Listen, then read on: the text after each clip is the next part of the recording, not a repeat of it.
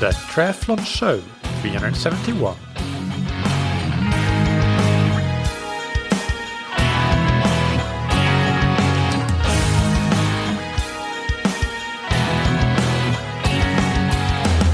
Hey, what's up everybody, and welcome back to another episode of That Triathlon Show, the podcast presented by scientifictriathlon.com. I'm your host Michael, and this is the first episode of the new year of 2023, so Happy New Year. Today's episode, I have a roundup episode with segments from 11 of my personal favorite interviews from 2022. These are completely subjective, and also they are in random order. And many of these episodes are reflected in download numbers and listener feedback as being really popular amongst the listeners as well. Not necessarily all of them. So again, these are just my personal favorites. And the idea is to play anything from 2 to 10 minutes from each of these interviews and give you a reminder of these episodes if you already listened to them, or if you missed them. These segments can give you a taste for what the episode was like, and if you want to go back and listen to the episode in full.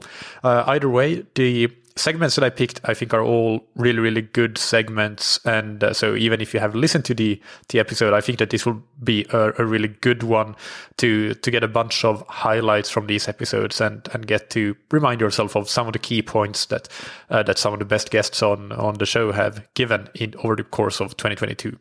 I will give a bit of an introduction to each segment that I picked and explain it, or explain why I picked it, introduce it in some way. But first, big thanks to our sponsors, Precision Fuel and Hydration. They help athletes perform at their best through excellent electrolyte and fueling products, and also through their free online tools and a patented sweat test. As a salty sweater myself, I love their highly concentrated pH 1500 electrolytes, and I use their gels all the time to fuel my training. And for me, there's simply no other gels on the market that are as good, as easy to consume. They have a fairly neutral taste, but still like kind of sweet, but very lightly sweet. So I like it. It's like a bit like candy, but you don't get tired of it. So when you do really long sessions, you can still keep consuming 90 to 100, even more grams per hour of carbs, and you don't really feel like it's an issue, like I at least tend to do with a lot of the other gels on the market. The Precision Fuel gels are really the best ones that I've tried in that sense.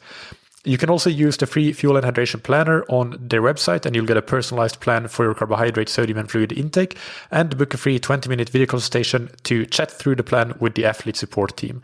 And you can get 15% off your first order of the range of products by using the code TTS23 on precisionfuelandhydration.com. And thank you to Form. Welcome to our new sponsor for this year, Form, that produced the Form Smart Swim Goggles.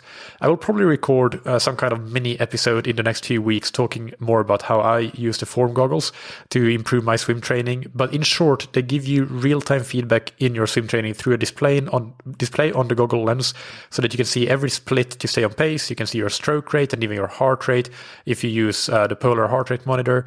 And you can analyze in-depth metrics post-swim in the app, like distance per stroke, moving versus resting time, and so on. You can use a library of pre-existing workouts and plans and follow guided workouts, or you can build your own workouts to follow as guided workouts. Personally, I don't actually do any of this. I just do free swims because I do really simple swims that I remember. But it is a cool feature for those that struggle to remember their swim workouts. And you can get 15% off the goggles with the code TTS15 on formswim.com/TTS.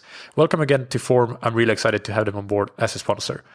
Now, without any further ado, let's get into this roundup episode with the best of That Triathlon Show from 2022.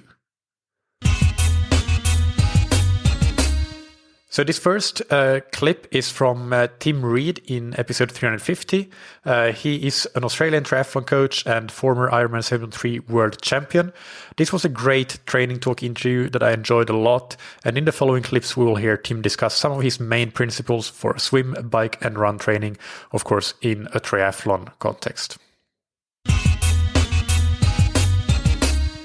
Yeah, I think swimming's a really interesting one because even though we know that the sort of the basic principle of predominantly aerobic work to anaerobic works for endurance sports, I think a lot of athletes just jump into squads and they're doing way too much anaerobic swimming. And the downside to that, you know, apart from just the physiological stress of turning up each day and smashing yourself, is they start to practice poor form in the water. And we know how important just making good technique autonomous is. And so one of the main things I work on with athletes, especially if I can see that they're not holding relatively good technique in the water, is actually getting them out of swim squads, especially if they can't control themselves or drop down a lane and have a little bit of swallow their pride a little bit, is bringing in a lot more aerobic training into the swim and treating it almost like I would treat the bike and run, and pretty much only having, 1 to 2 really hard swims a week, and the rest is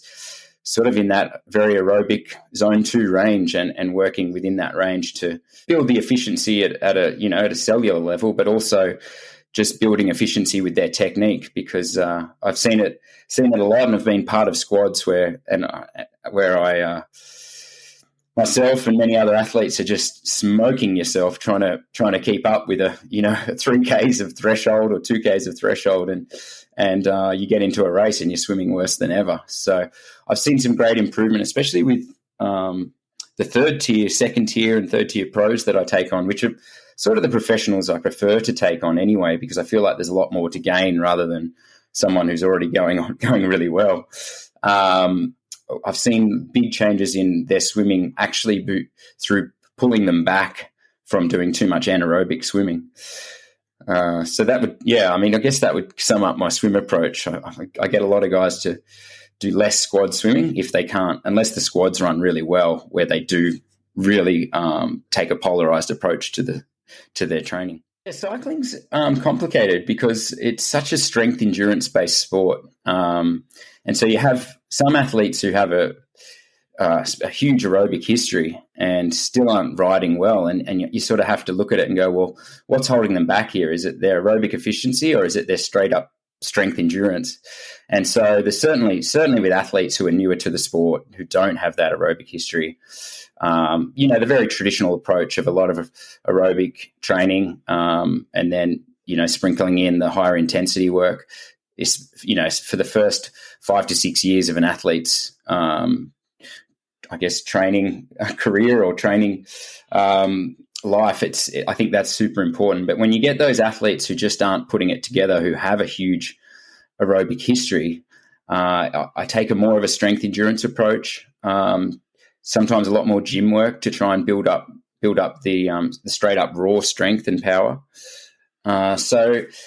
It's an individual approach. I don't think there's one approach with cycling that will get improvements. I think you've really got to look at, okay, what's an athlete's weakness on the bike and what's holding them back. So even throughout my own career as an age grouper, I think I was lucky to have a coach who was just very volume based. And then when I switched to someone like Matt Dixon, who was very much about strength endurance and key intervals, I felt like the two combined to help me have a few really good years there on the bike. And so I try and take that on and use that and try not to come to an athlete, try not to approach the coaching on the bike with a real one-size-fits-all approach. Really try and work out what's lacking with the athlete. Yeah, so I don't like to be too volume-based on the bike, but I do think volume is important on the run in terms of people could be doing, to compare the two, people could say, I've been riding 800 kilometers a week. And in my mind, that doesn't really mean anything because, you could be sitting behind a motorbike for a 200K ride and it takes you 3 hours, or you could be sitting in a peloton, in zone 1, ticking along at 40 kilometers an hour. Whereas on the run, I feel like this might be a bit controversial, but I don't feel like there's never junk mileage in that. There's always a stress on the body, no matter what pace you're going. It has to all be factored in, and it's not the worst measure of the load that you're doing. So even if a great runner is doing an easy run at 5.5 minute kilometer pace, it's still, every time their foot hits the ground, it's still their full body weight going through the leg. And so I keep an eye on volume for sure, and certainly trying to get volume up to a point where it doesn't affect the cycling and swimming, and is absorbable and showing benefits is a pretty big part of how I would coach an athlete. And I think the other approach I take with it is to steer clear of chronic volume with my triathletes. So we might do, a 5 to 10 day running block, but then we might back off for quite a bit and bring back the cycling. I find, there's no doubt especially with pros, if you can get up to that 90, 100 kilometer a week run volume, it's great. But I find if you start doing it week in, week out, you see the cycling really drop off. They start to sit too low in the water and in the swim.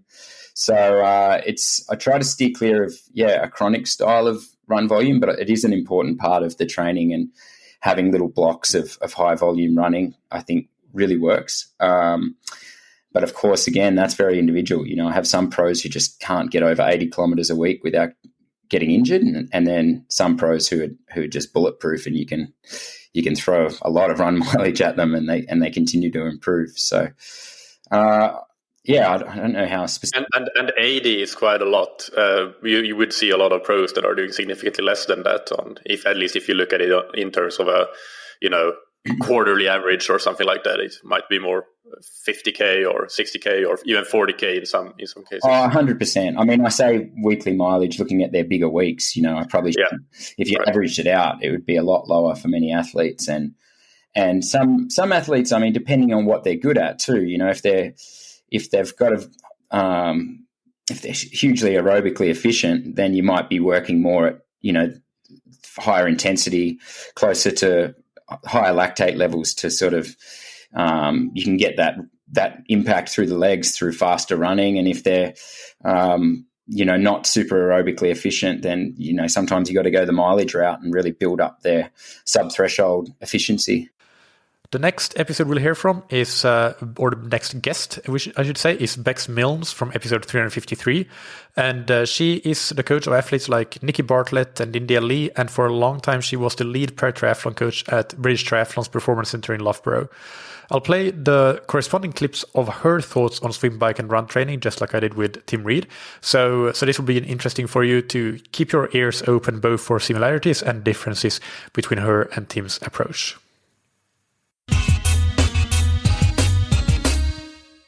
Work across trying to develop, an aerobic underpinning, an efficiency at first threshold, an efficiency at second threshold, and VO2, and that's kind of the bones of swim, bike, and run.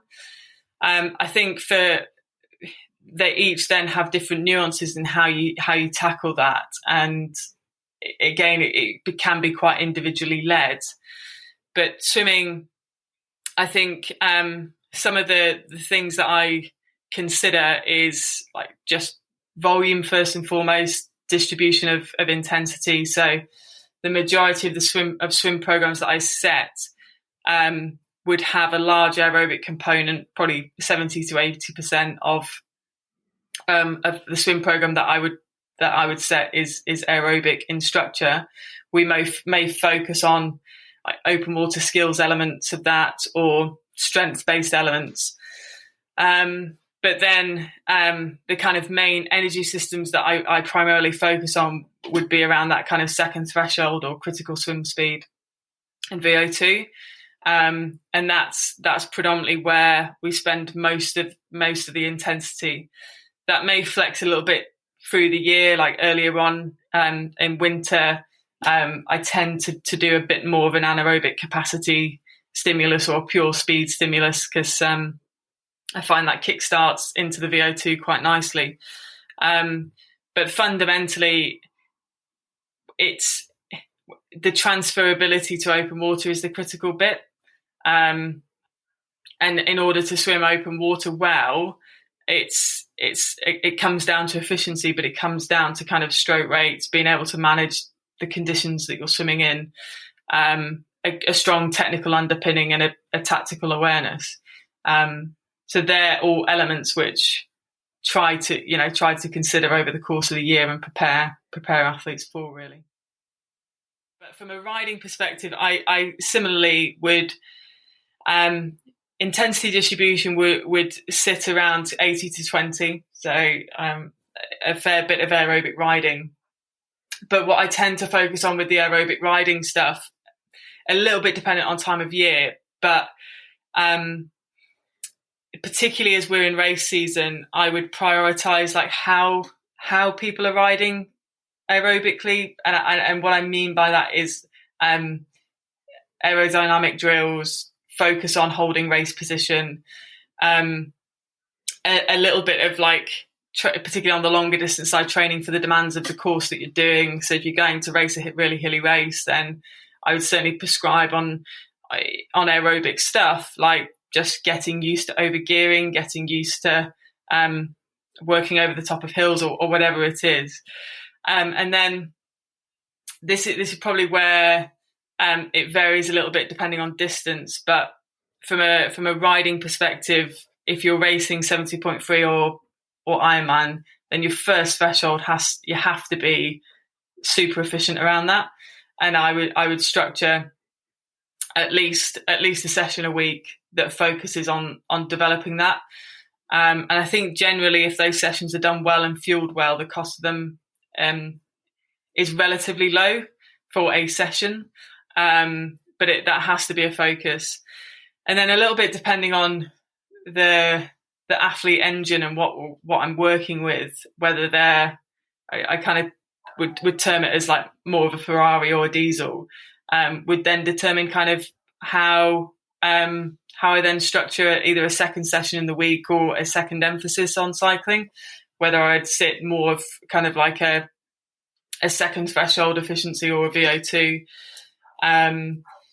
But yeah, I tend to, as a general rule, prescribe a couple of bike sessions in a week, and then the rest is aerobic.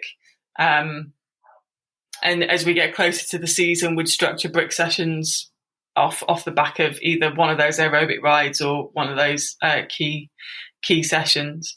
But I think, yeah, I'm big on riding in the position that you're racing in, preparing for the specifics of the course that you're riding, and making sure you're as efficient as possible.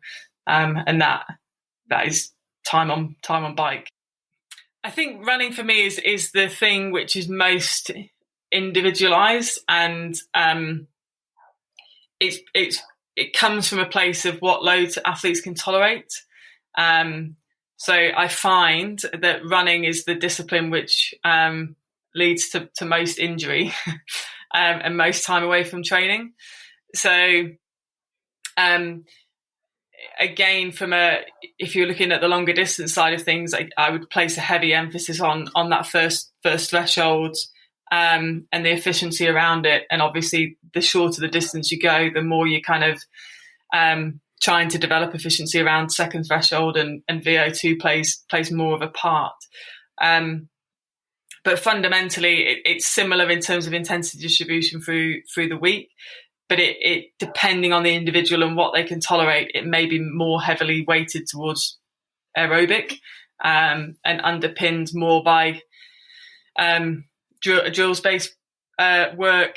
And then, again, intensity of a session, as I would see it, is for me determined more by what the athlete can tolerate. I think I've learned a lot around, particularly working in para, where depending on impairment, there's a lot more asymmetries that you're considering, particularly around running, load bearing. You're dealing with run blades and how that impacts movement quality, load, etc., etc. So, yeah, I find running is a lot down to the individual and what they can tolerate, and so it becomes quite bespoke from there. Next, we have Dr. Mark Burnley, who was a repeat guest on the podcast in 2022, after already having been on for the first time a couple of years ago. This time, we actually did a double episode with him, so we had episodes 330 and 331 with Dr. Mark Burnley. The following clip is from episode 331, where one of the topics we discussed was on polarized training, and a crosstalk article that Mark and his colleagues wrote, where they were arguing that polarized training is not the optimal training intensity distribution for endurance athletes, and another group of researchers argued that it is. In this clip, we'll hear Mark explain the arguments that they used to explain why, in their view, it is not the most optimal training intensity distribution.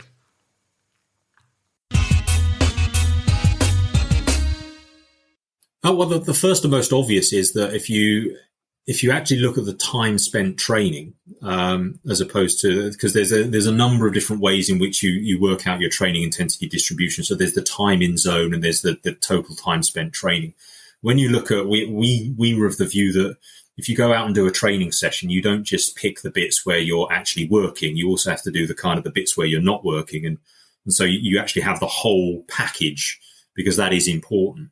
And when you do that, you end up, you in any training session, you're going to cross all three zones, essentially. So to say that you're trying to minimize one of those three zones and the one in the middle seems to us to be a bit strange. But also, when you look at the time people actually spend training, by and large, elite athletes will do something that looks pyramidal. So you'll do a lot of low intensity work. So most of your volume is low intensity. Then you have a smaller volume of zone 2 work, so in the middle, so the sweet spot work, and then a smaller amount still of zone 3 work. And one of the things that also kind of got me going with this as well was the previous intervention studies that have been done on polarized training had often, I would say, unfairly compared it to what they might call threshold training. So they'd have a situation where they do essentially your 80% in zone 1, so moderate intensity work, and then 20% in zone 3, so your intervals and your high intensity work, and 0 in zone 2, as opposed to doing nothing but zone 2 and a little bit of zone 1 and then no zone 3 at all. And my argument would be, I have yet to come across an endurance athlete, or indeed any athlete, who doesn't do any training above the critical power. That's just not how people train at all. So that's not really a threshold training thing. Threshold training will also include zone 3 and some zone 1 as well. It's just that there's an emphasis on zone 2, perhaps. There's also the fact that if you're not an elite athlete, you're not going to be achieving the same volumes that an elite athlete will, and therefore you're probably going to be doing less zone 1 work anyway. And as a result, your training is going to gravitate more and more towards threshold training by definition, because you're limited for time, so you want to use that time efficiently, so you'll tend to do higher intensity work. And that's where that comes from. The other argument that I had was, and this is perhaps a more difficult one to explain, but some of the reasons for using polarized training didn't make a lot of sense to me. So there's this argument that if you do a lot of zone 2 training, that will be autonomically stressful. In other words, you'll increase adrenaline, and your markers of heart rate variability will change, indicating that you're overstressing yourself. And so that's why you might want to either avoid or minimize zone 2 work. And the evidence for that comes from a paper where, and it's one of Stephen Seiler's papers, and it's a really nice paper, but it also actually illustrates that if you do zone 2 or zone 3 work, it has the same effect on these markers of stress. And so you can't really sustain the argument that you ought to avoid zone 2 if zone 3 does the same thing, because they're therefore equally stressful. Now, you might make the argument, well, if they're equally stressful, you get more bang for your buck in zone 3, but you can't use the argument that you should avoid zone 2 because it's stressful if zone 3 does or has the same potential to overreach you, if you like. So there was that argument as well. The third one was that a lot of people advocate moderate intensity continuous training is the phrase that's often used in the literature and in coaching circles as well, which implies zone 1. But actually, when you look at the literature, there are very few training studies that have looked at the physiological adaptations to zone 1 training. Most of the training studies which call themselves moderate and continuous are actually performed in zone 2. So they're exercising at 60, 65, 70% of VO2 max in their continuous training. Well, that's for most people, and most of these people are undergraduate PE or sports science students. This is zone 2. So you're using zone 2 adaptations to imply that zone 1 should be done and zone 2 should be ignored. So What I noticed from that was that the polarized training literature, or at least the literature on which polarized training relies mechanistically, is actually quite messy. And the other argument you sometimes get is that if you do high intensity exercise, you get less angiogenesis. So you get less capillarization if you do high intensity work. And again, a lot of that work has been done from single leg exercise, which is a completely different intensity spectrum to doing whole body exercise. And for that reason, I don't think there's a good, there's that much information out there that really tells you zone 1 is the thing to do. What I would also suggest, though, and this is speculation on my part, is that you also have to understand how big zone 1 is. In an elite athlete, zone 1 is a huge training zone because their lactate threshold is going to be higher than most other people, because they've got a lot of type 1 fibers, or they've trained them up and their type 2A fibers have been trained to behave more like type 1 fibers. And so their lactate threshold is going to be a very high proportion of their VO2 max, maybe 65, 70% VO2 max. And so that means that when they do upper end of zone 1 training, the actual flux through the muscle in terms of oxygen, in terms of blood flow and that kind of thing is going to be rather high. And that's going to produce its own angiogenic stimulus, which is going to be higher than somebody who doesn't have that high lactate threshold. So using elite athlete responses to training to infer that this kind of training is right for everybody ignores the volumes they're doing, but also ignores their exercise intensity domain structure, which may be very different from a recreational athlete, for example. So it's this classic thing of one size does not fit all. That's where my kind of thinking was in terms of the potential limitations and if you like, over-interpretations of some of the polarized training literature. Next, we have Dr. Tim Podlogar from Slovenia. He may well be one of a handful of people in the world that knows more about carbohydrates in endurance sport than anyone else. So we had an entire long episode dedicated to the science and practice of carbohydrates in endurance sports. I'll play 2 clips from this interview, with the first one about what to eat on race morning, where an important point that Tim makes is related to making sure that you consume fructose to restore liver glycogen.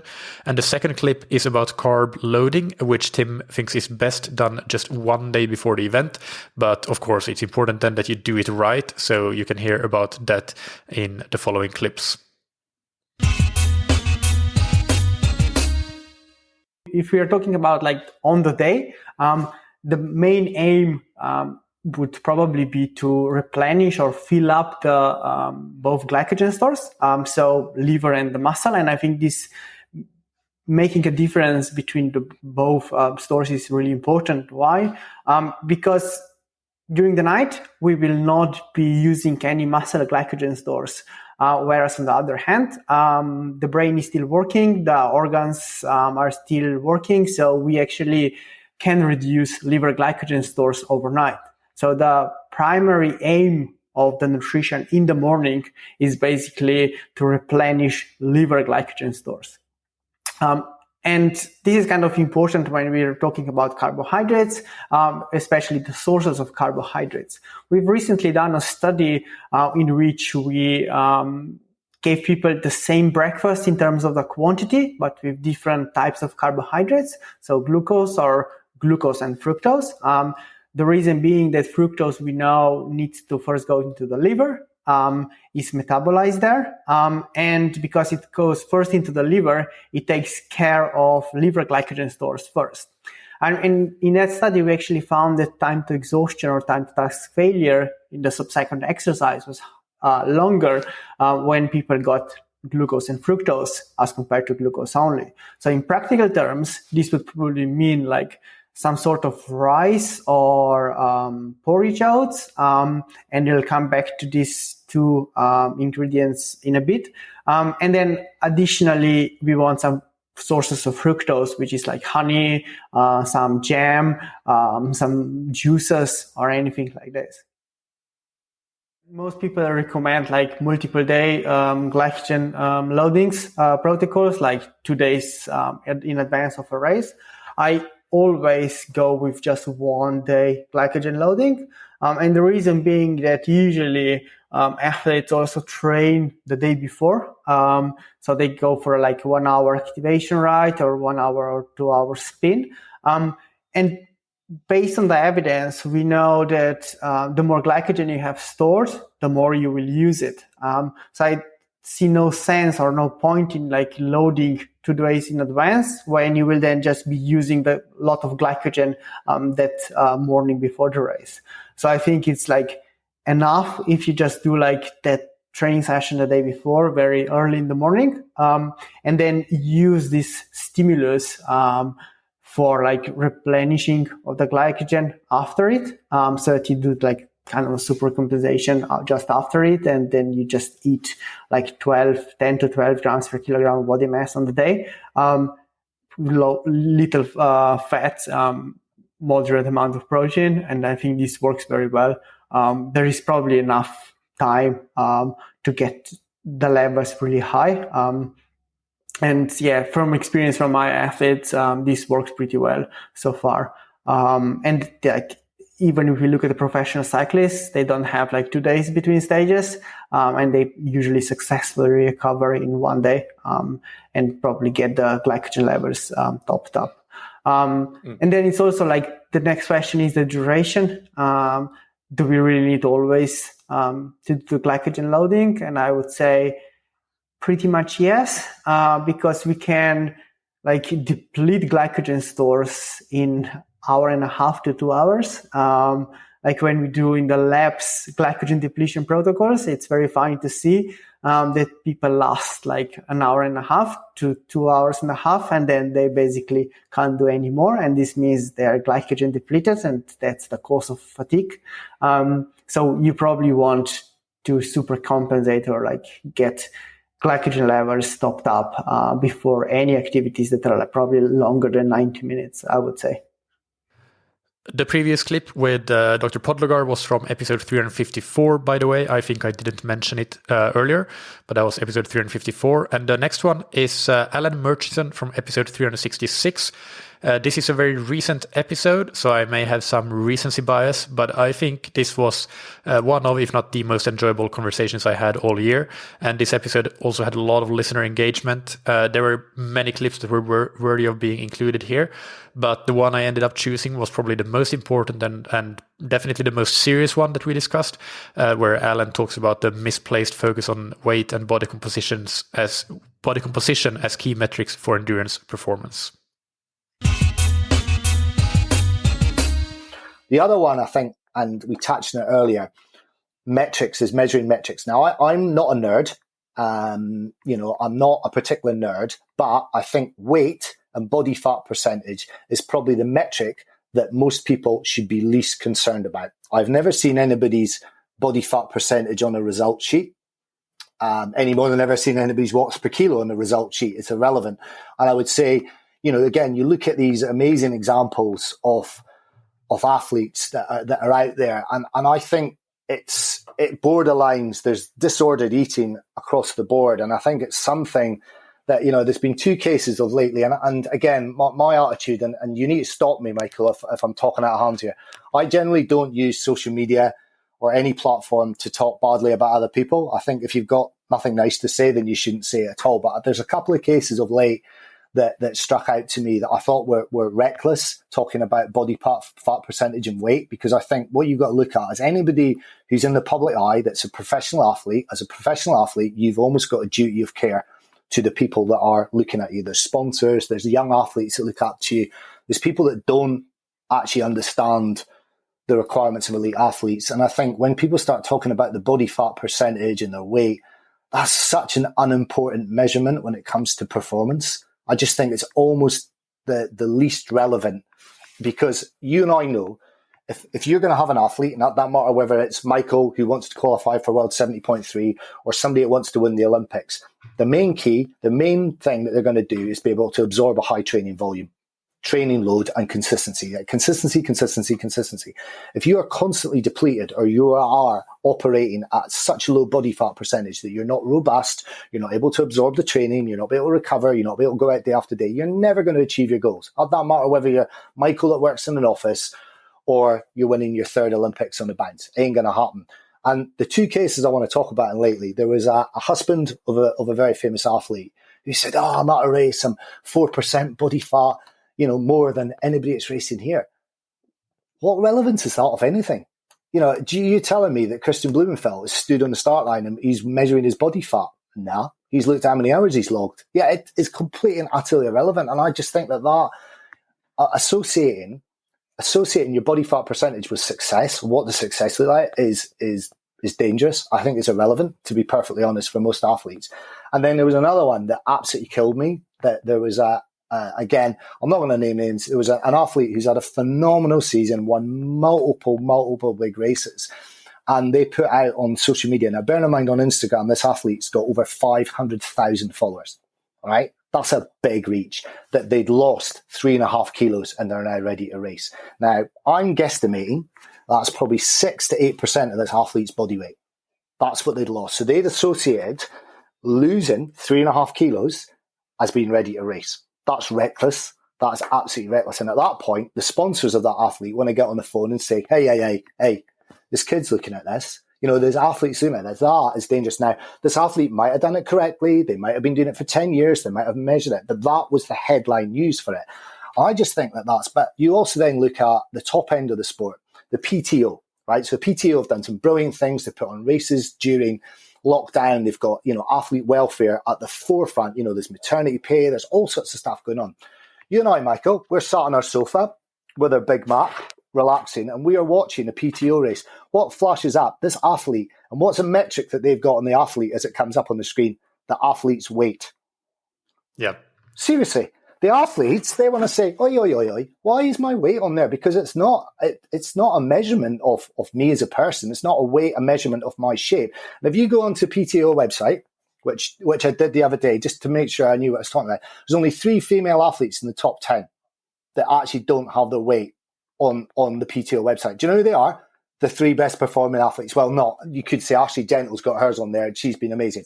So, and I'm not divulging. Kat Matthews, who, for me, if she hadn't had her accident, would have won Kona.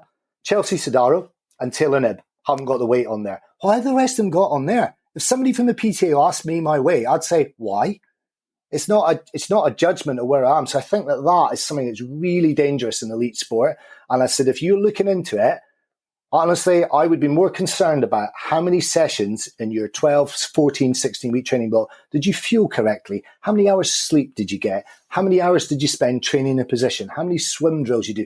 Any metric you want, but going on, you've lost X amount of kilos, you're ready to race, or you're at 6% body fat. Seriously, do yourself a favor and don't worry about it. That's dangerous, and that's something that is a bad thing about elite sport. There's an obsession with weight.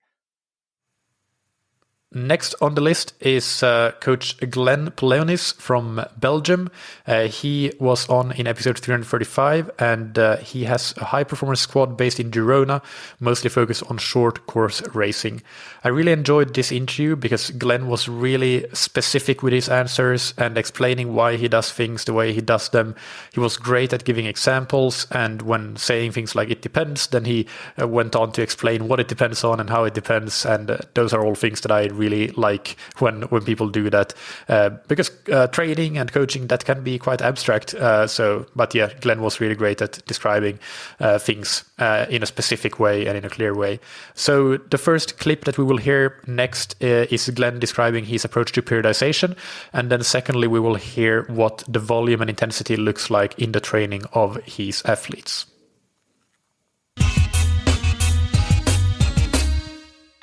In general, it's like I always work like with a big base phase. It can be longer for one athlete, depending on how long the winter is, of course. If they start early, it's always minimum 8 weeks, I think, also for neuromuscular adaptations, and on the cardiovascular level, if we want adaptations, it's really like a minimum, I think. And then sometimes if the season starts early, we go more into like a specificer phase, not really specific, more like a build phase, where we do a bit more like already tempo work, big gear work, yeah, and then we switch to the specific phase where we like really go to the trying to meet the race demands based on the individual profile, of course.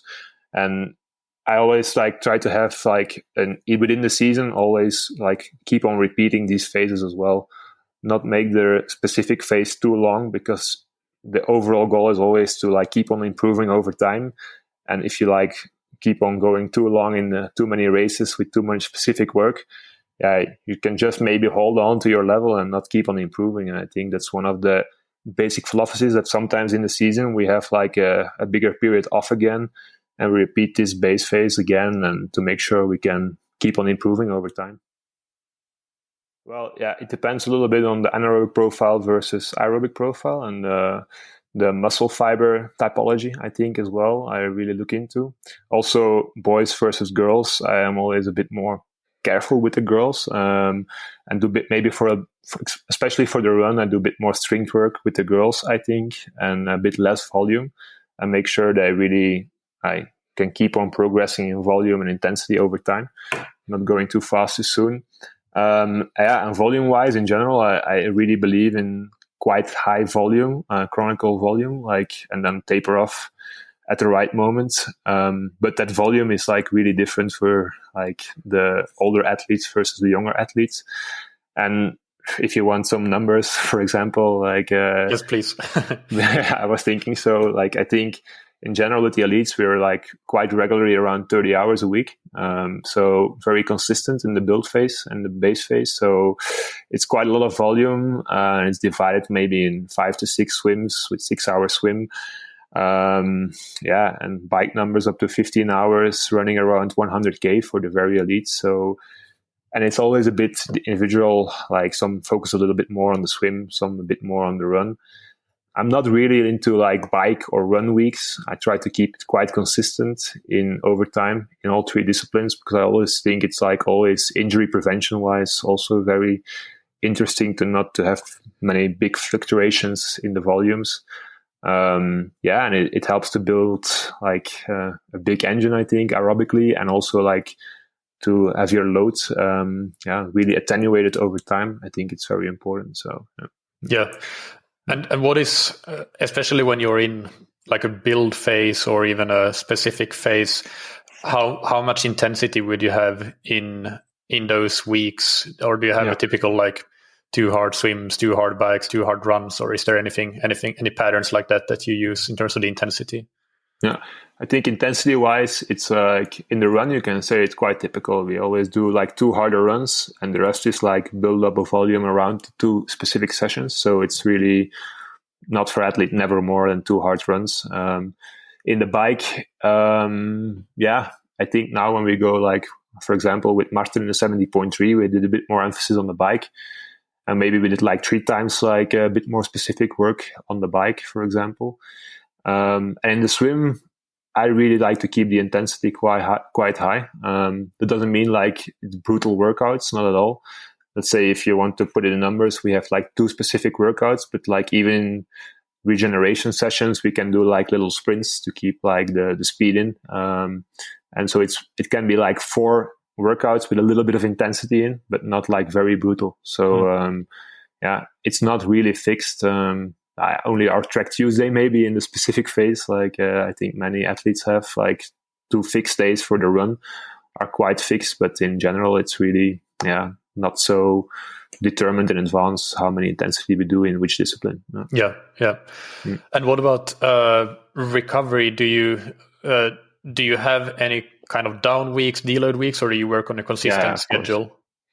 Yeah. So, but it is what you call a down week, of course. Like it's always like the athletes who do like 30 hours a week on a regular base, then the down week might be 21, 22 hours, and it's like still a lot for other athletes. And if I have young athletes who are doing like consistent 23 to 24 hours, then a down week might be 16 to 18 hours. But I like to keep the consistency in the 3 sports as well, even in the down weeks, just shorter sessions, not too long. Maybe 1 complete rest day, not too many rest days in general. It's really depending on what is your basic volume in the other weeks. Yeah. And how often do you have these down weeks? Sometimes with young athletes, it's more in like a 2-1 ratio, but often with the elite athletes, it's more like a 3-1. Like like type of coordination of the down week. So it's like depending a bit on the level as well. Yeah.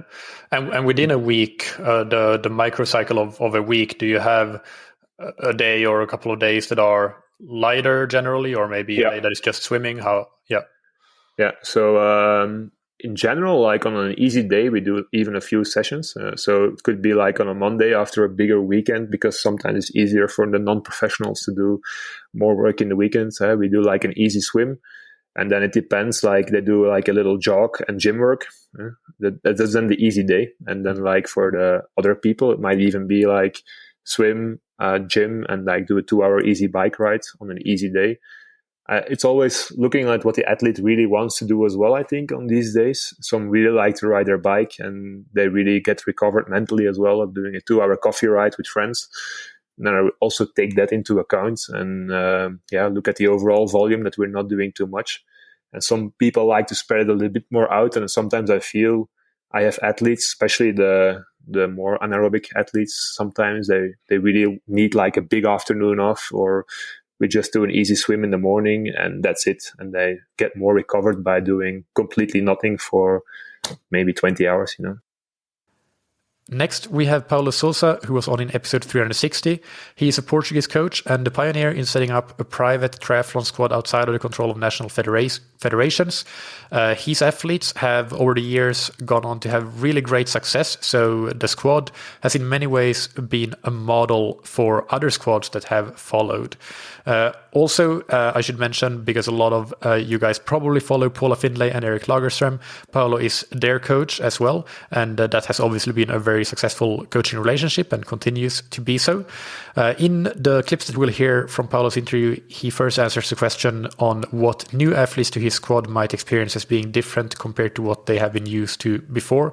And secondly, he describes some of the typical characteristics of his coaching methods. And I also want to add that I was lucky enough to spend a weekend in the south of Portugal with Paulo and his squad a few weeks after doing this interview. So that was a great experience for me. Big thanks to Paulo for allowing that. Yeah, I think, like you said, experiences are very individual and dependent on the environment that they were in before. I think the biggest strength that our environment has is that we are able to maintain the drama to a low level, and being able to just really focus on the work and improvement and performance.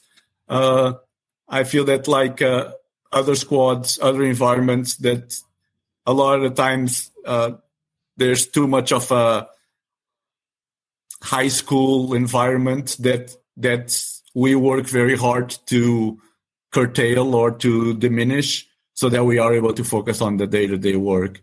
In terms of training, I feel that the biggest thing that I see is that there's a lot of programs, a lot of training programs out there in World Triathlon that are very intensity focused, and I get a lot of athletes that are used to doing a lot more intensity, and that are also like burned out by intensity, meaning that they lack a real like endurance. They lack real endurance to approach the kind of races that we race at, and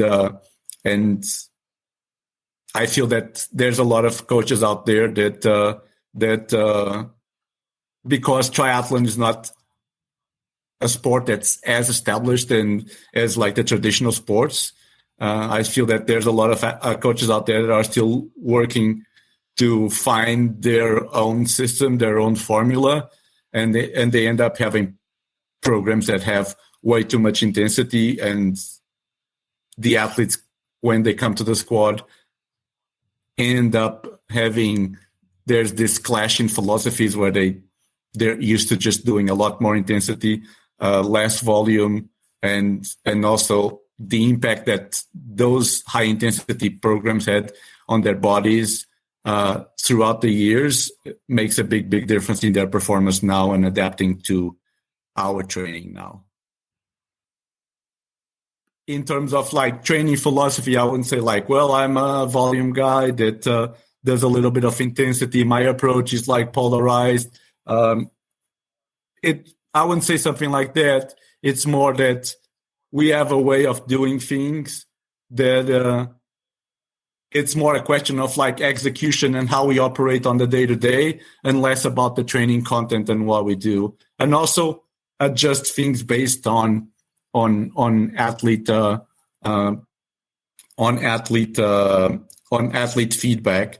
In general terms, I would say that like some philosophies in endurance training that I'm closer to would be, for example, polarized training or whatever you want to call it. Even though like lately it seems that everything is polarized training, but I would say that like I am closer to a polarized approach than other approaches. But for example, like in the last 2 seasons, we've been doing a lot of fat max training on the bike, or Ingebrigtsen training on the run, and those concepts are definitely not polarized training. And so I feel that like in terms of training philosophy, I would say that like flexibility on the approach, and also have training that I feel that either by the specific content that it's got or by the personal preference that athletes have for it, I will then like choose that. So instead of like being in a box where like, this is what we do, this is our approach, I think that more individuals and specificity are going to be the key factors in the overall training philosophy. Next up is Eoin Everard from episode 336. Eoin is a physiotherapist from Ireland, and this episode was a really great one on injury prevention, also with strength training, a lot of strength training discussions, which is part of injury prevention, of course, but also performance benefits and whatnot. And we also discussed running biomechanics in some detail. In the following clip, Eoin discusses some key principles for avoiding injuries. So this is a really great tidbit that hopefully will be really useful for you, so you can have a great injury-free 2023.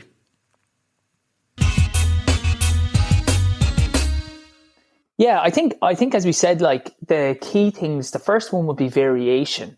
I think that's why like coaches like the Scientific Triathlon are so important, not just physiologically to make sure that you get the most out of the training you're doing, but also from an injury perspective.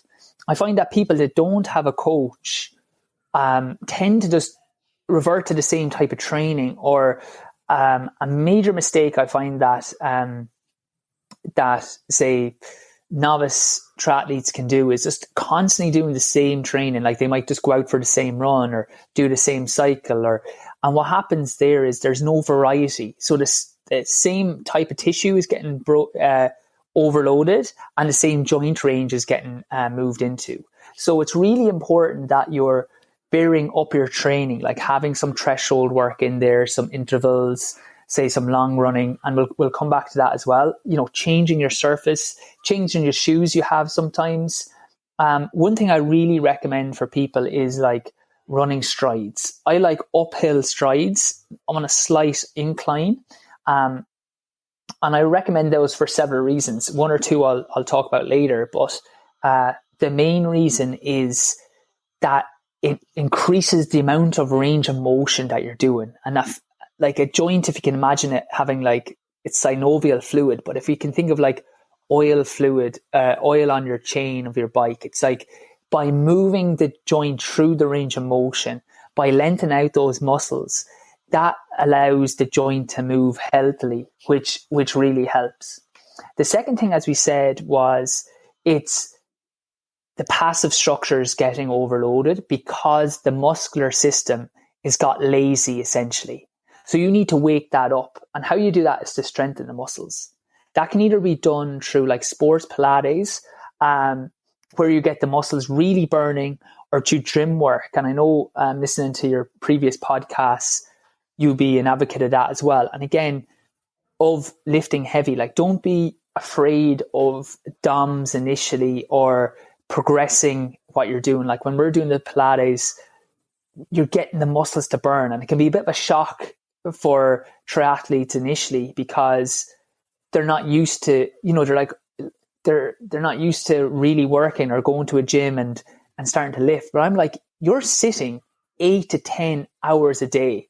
It's going to take more than a 30-second stretch to rebalance your body. It takes I do Pilates maybe once per week is your minimum, but it takes like a good 45 minutes once a week, or maybe 20-minute slots 2 or 3 times a week, and really burn the muscles. You got to wake these things up. They are lazy. They are lazy. So you need to wake these up. And it's like, oh, why did it get lazy? It's like you sit 10 hours a day. It's not a stretch that's going to get you out of that. It's not, I stretch my glute, bring the leg over, and I wonder why it's not kicking in. It's really activating those muscles, to get them burning, as I said. And then that allows them, because then once they're primed, essentially, because you've innervated them, you've excited them, when you're running then, or even when we're like swimming or whatever, you're getting those stabilizer muscles, they're much more activated. So they're much more ready to be able to take the load. It's like having a guy asleep and you're doing all the work. Say that's our passive system. It's like if you wake him up and he's like on caffeine, he's just there naturally going to be like, oh, here, I'll lend a hand. So that would be the second thing, really strengthening the muscles. And that takes, if you could do that, as you said, all the injuries that triathletes get will be passive injuries. It's very rare. If it is even a muscle strain, it's not because you strain the muscle. It's most likely, like say, an SI joint or something is caught and the muscle is kind of just being overloaded again, as opposed to a tear. Just thinking about some of the exercises, if you want, we can go before. Let's go for the next point there. The first one I think is really good is the single leg deadlift. So what that is, you stand on one leg, I slightly bend the knee on the leg I'm standing on, and you bring the other leg back as far as you can. So like a pendulum. Now you want to keep the leg that's lifting and your body in a line. And the key faults I see with that, as soon as the back leg stops lifting, stop lowering your body. So initially you might be only like 10 or 20 degrees off vertical. That's fine. It's better that than people like fold in their back and they're not going to get it in the position. Why I really like the single leg deadlift, it really works all the posterior chain, which have a tendency to weaken. And it works on balance, and it works in that like standing position.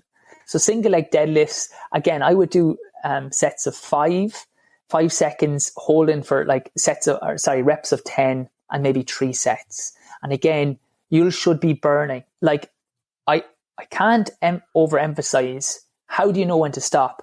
When your leg is on fire and you shake out the leg. Like anyone who has any calf injuries, shin or Achilles, I can't recommend that exercise enough. A lot of times people do heel drops, heel raises, which are fine in certain cases. But a lot of times the calf, again, because the range of motion and the knee lift isn't there for people when they run, the calf is overloaded. So a lot of times what we try to do is strengthen an overloaded area rather than get the other areas working to take load off that area. It's the same at the knee. A lot of times we're doing excessive amounts of squats or lunges, which are fine for appropriate load, but make sure that the other parts of the chain are strong. Next, we have a clip from my interview with Erin Carson in episode 367. Another very recent one, but I really loved this episode, and Erin's wealth of knowledge was something that I try to really soak up. She's really good at explaining how and why she does things the way she does them. So even though you probably listened to this one quite recently, I think it's worth including here, because for me, it was definitely one of the highlights of the year. In the clip that you'll hear, Erin takes us through what a typical session in the gym looks like for her athletes. And I don't think in the clip she says it, because I think it is earlier in the episode. But for context, when her athletes go to the gym, they are there for no longer than 45 minutes. Erin thinks that's, it's not good use of time. So keep in mind that for the context of the following workout, it would take 45 minutes or less to do all of the things that she goes through. Typical 45-minute session will always start with some movement, mobility that is geared towards undoing some of the tightness that naturally comes from swim, bike, run. So tight pecs, tight hips, tight ankles. So we'll move and we'll look for a high quality of movement. We want that really softness in their movement. We want flow. If I don't see that, we'll take more time for that mobility. We'll take more time for tissue care. Some athletes enjoy foam rolling, some don't. Some athletes like the massage gun, some don't. So I'm not partial to anything. We just kind of give each athlete the opportunity to experience each modality that we would use for tissue care, and then hope that they really resonate with one. So whenever I come in, I don't direct the first 5 or 6 minutes of the session. I just kind of see what the athlete chooses, because it's interesting. Some of them are so set in their ways that they'll choose the same thing every time, even if they don't have the intuition yet to say, I don't need to do that. Like, I'm looking to see, does the athlete come in and always go, oh, I'm going to foam roll my lower leg. Now I'm going to foam roll my hips. Now I'm going to foam roll my upper back. That athlete is very regimented, and I might guide that athlete a little bit more and try and throw some curveballs at them and say, don't do that today. Do this first. And it freaks them out to do something else first. I've had a couple of those in the past. Don't have any of those right now. And usually an athlete will show me exactly where they need more motion, because if they come in and stick that foam roller in their armpit and lay sideways on it, I would say that their thoracic spine is feeling tight. They're seeking more motion there. And they didn't say, I think I'm not moving well. They just intuitively went there. If they sit on the foam roller and put their right foot on their left knee and just start moving through their hips, I know that they've been working their butt off and their hips need to maybe be open a little bit more. So I will really watch that first 5 or 10 minutes to see where I think the session needs to go in addition to what I've already got planned. But the most important thing is mobility first. Then we'll do some light loading to enhance mobility and bring up that motor unit recruitment and just make sure everybody's in the game. And as I describe movement and loading, what does light loading mean here in this sentence? I might use a 10-pound weight that has no representation of percentage of 1 rep max. It has no reason other than it's 10 pounds. And when you reach that across to your knee, it's going to give you a little bit more inertia to open up some more tissue. I typically don't look at muscle. I look at movement. I train the fascial system and the connective tissue, and I see the muscles within these little bundles of fascia. So instead of training the quads, I'm training the whole lower body. And instead of training the hamstrings, I'm training the whole back line of the body. So a lot of that learning from me came from a book called Anatomy Trains, written by a gentleman named Thomas Myers. And in Boulder, we have the Structural Integration Institute in Rolfing. And when people get stuck in movement, the fascial system typically and the nervous system shuts that movement down. And those people are so beautifully trained to enhance movement by working with the fascial system.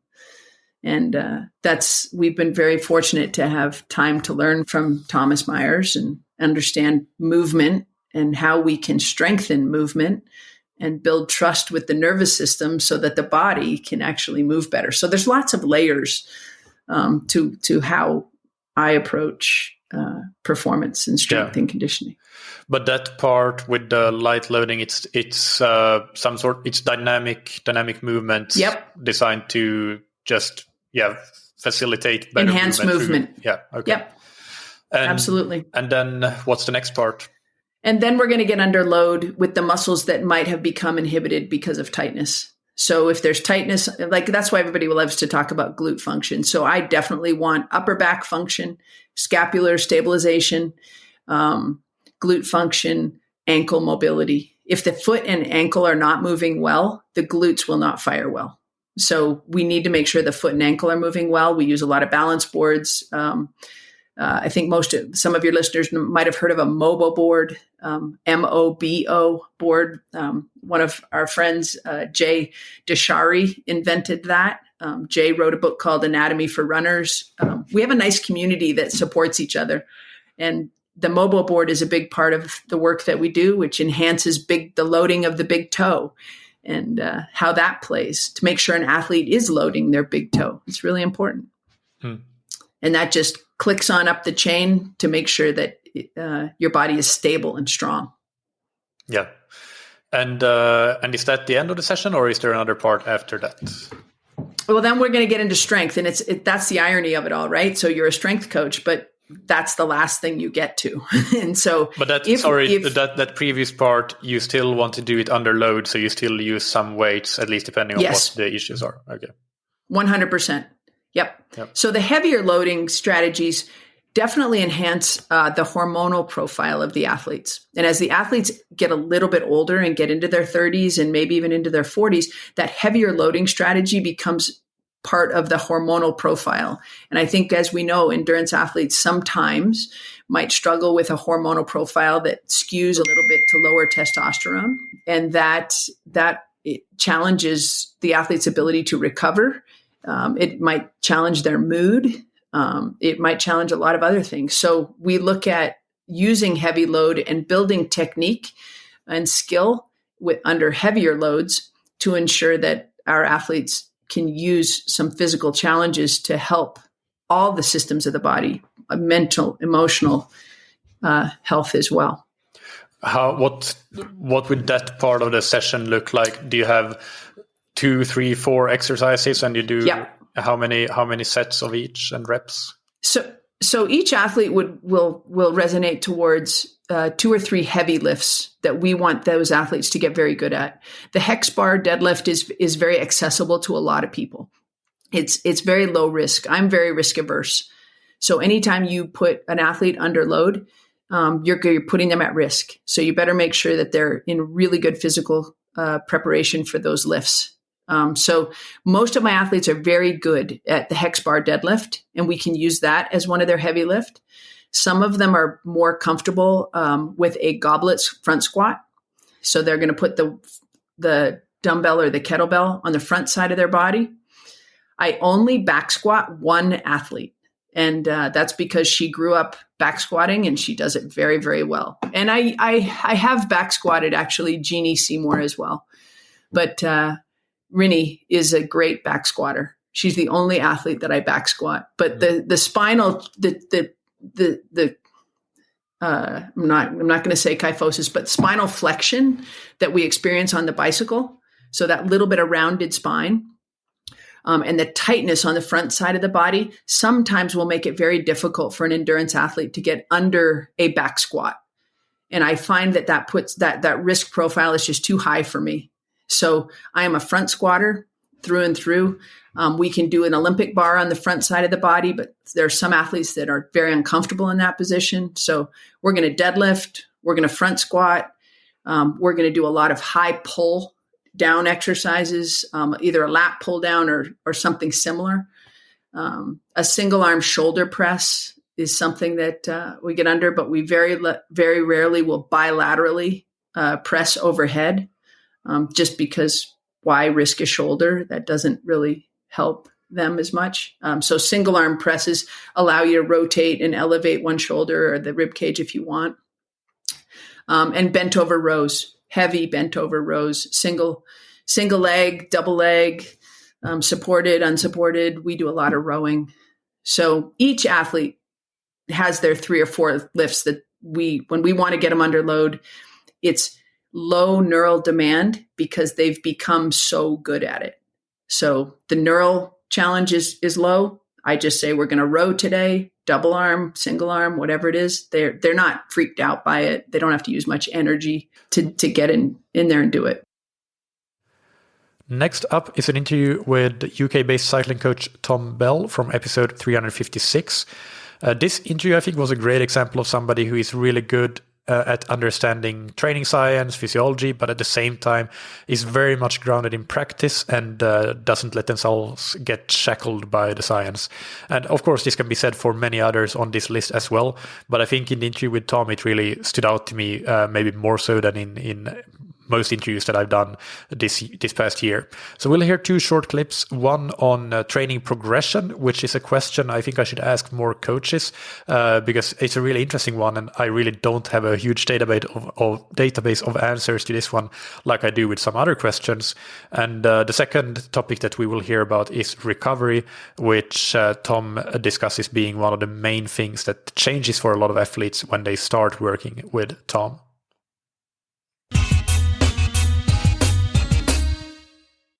Yeah, I think early on, sometimes you get into the trap of trying to make the training a little bit too varied and change sort of every week, which has its advantages. It keeps things fresh for the athlete. It gives them sort of new challenges. But I think repeating, if you kind of take the idea that there are only going to be a certain amount of workouts that that are optimal for that athlete and what they're working on at that point in time, I do think it's very useful to actually repeat the same kind of workout design, for a period of time, so you have that more direct comparison that you can apply. In terms of how we then go about progressing those workouts, I think sometimes you can fall into the trap of arbitrarily adding a certain amount of, let's say, repeats to a single interval.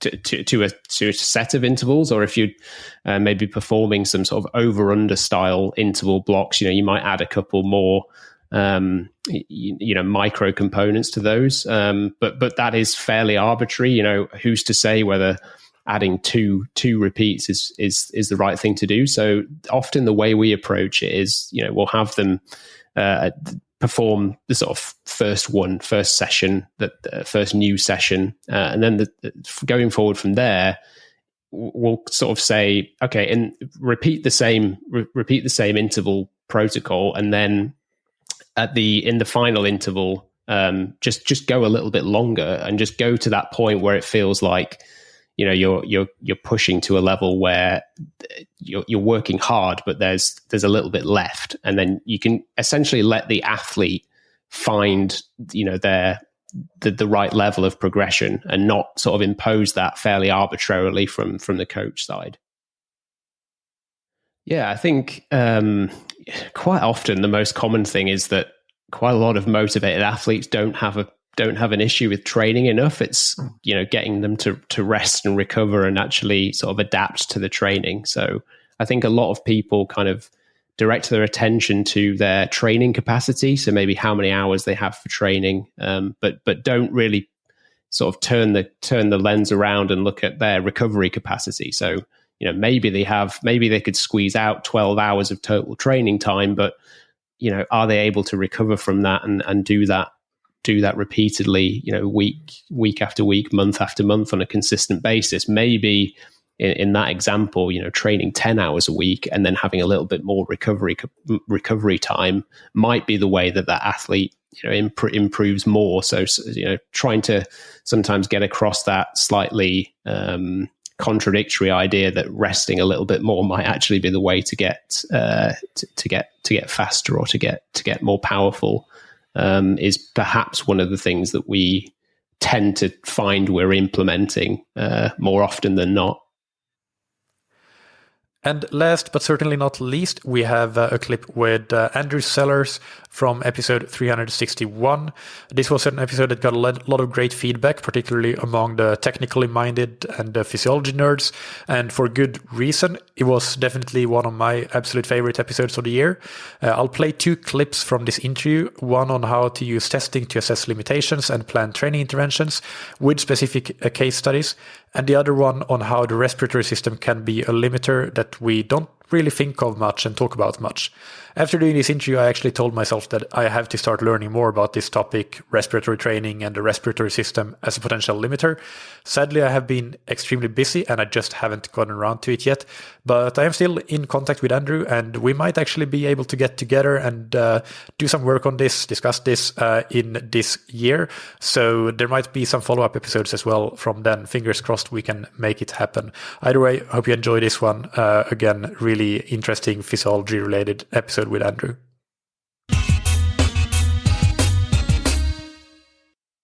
A good example, cross-country skier.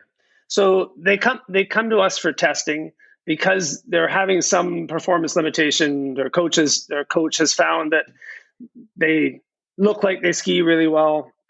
They have good technique. They're in a short sprint. They're able to ski as fast as anybody else on the hill. But they get into a race and they're struggling to keep up in a 10K race. This is a junior athlete. And so at the time, we were limited to testing somewhere, and this comes down to what are you actually testing? So from a physiologic perspective, and this is, in our ideal world, we would test them on skis. But this athlete's training off season, so we don't have access to snow. We don't have access to a really expensive skate mill, so we can't put them on an indoor workout that simulates the work that they're doing. So we're now trying to find a physiologic limitation that athlete might have that would prevent them from performing on an endurance event on the snow the next winter.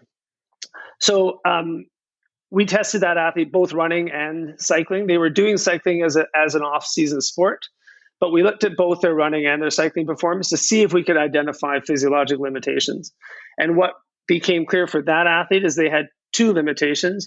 One, they had a heart rate that went exceedingly high very early in the test. So even at very low intensities, their heart rate was already stimulated to overbeat what we expected. So it identified that they had a very small heart that had to beat very quickly in order to provide the cardiac output that they needed for performance. So they had structurally a small heart. The second problem that they had is one of the things that was driving that was an exceedingly high respiratory frequency. So they also weren't making proper use of their diaphragm and using their lungs. So with two very simple interventions that were focused on cardiac development and respiratory diaphragm usage, they shifted their training through the rest of the summer and had a much better performance the following winter with ability to sustain long intervals on skis with lower heart rates and slower breathing patterns. And I don't think that coach ever would have figured that out. They would have just kept pushing them harder and harder and harder to try and overcome what was a perceived inability to tolerate high intensities for long periods of time for a 10K race. And unfortunately, I think that would have burnt that athlete out, and somebody would have told that athlete that they just didn't have what it would take to be performing at a high level. So the initial studies were done on people with known breathing problems, but then the theory came out that, well, if people with asthma have a problem, what happens in people who don't have asthma? Do they have a limitation? So the first very simple test, it was not Spengler. The first one, I'm trying to remember who did the very first respiratory test. It was a fascinating test. So what they did was they took an isocapnic breathing bag, basically a glorified paper bag, and they had cyclists breathe as hard and fast as they could for 5 minutes. And then they put them on a ergometer and had them cycle a 20-minute time trial. And nobody could hit the same numbers after breathing hard for 5 minutes. And they all just said, I can't ride my bike. I'm too tired from breathing. And that became the fundamental basis for all the studies that came after that is why are they struggling on a time trial if all we did was challenge their breathing? It's because breathing can be a limiting factor to performance. And that's if you remember that most of the work of high intensity breathing should be done by the diaphragm, but it's just a skeletal muscle. It's a slow twitch. It's 100% slow twitch muscle fibers. The additional muscles, when you breathe really hard, intercostal muscles, abdominal muscles, scalenes, and sternocleidomastoid, all fatigue just like any other muscle does. And if you need to support fast breathing because of the high intensity of the activity you're doing, and those muscles are already fatigued, you can't keep up with the elimination of CO2, and then your physiology falls apart because you're producing more acid and you can't eliminate the CO2 and your pH goes out of whack, and then your body shuts down because you can't maintain the physiologic homeostasis without the breathing muscles.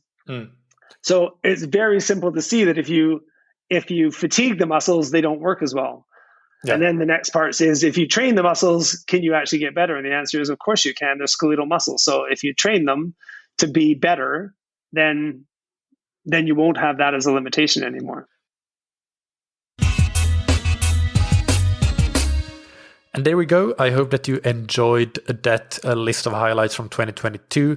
And I hope that you enjoyed listening to That Triathlon Show throughout the year. Of course, there are many other episodes that could have made this list. I actually had quite a few others picked out that I felt like this was a really good episode and I really want to include something from it. But then I started putting the episode together and I realized that it was already getting quite long. So I just had to limit it to a fewer episodes than I had maybe initially hoped to do, because at the same time I didn't want to include super short clips, or some of the clips that I included, it didn't make any sense to shorten them because then you would leave half of the part out, so they just had to be a bit longer. But you can find the show notes as usual on scientifictriathlon.com, and you can find links to all of these episodes in full if you want to check them out. And before we finish for today, I also want to remind you to check out our training camp in Mallorca coming up at the end of March. You can find all the information on our website, scientifictriathlon.com, and you can of course email me directly if you want to talk more about it, learn more about what we'll do.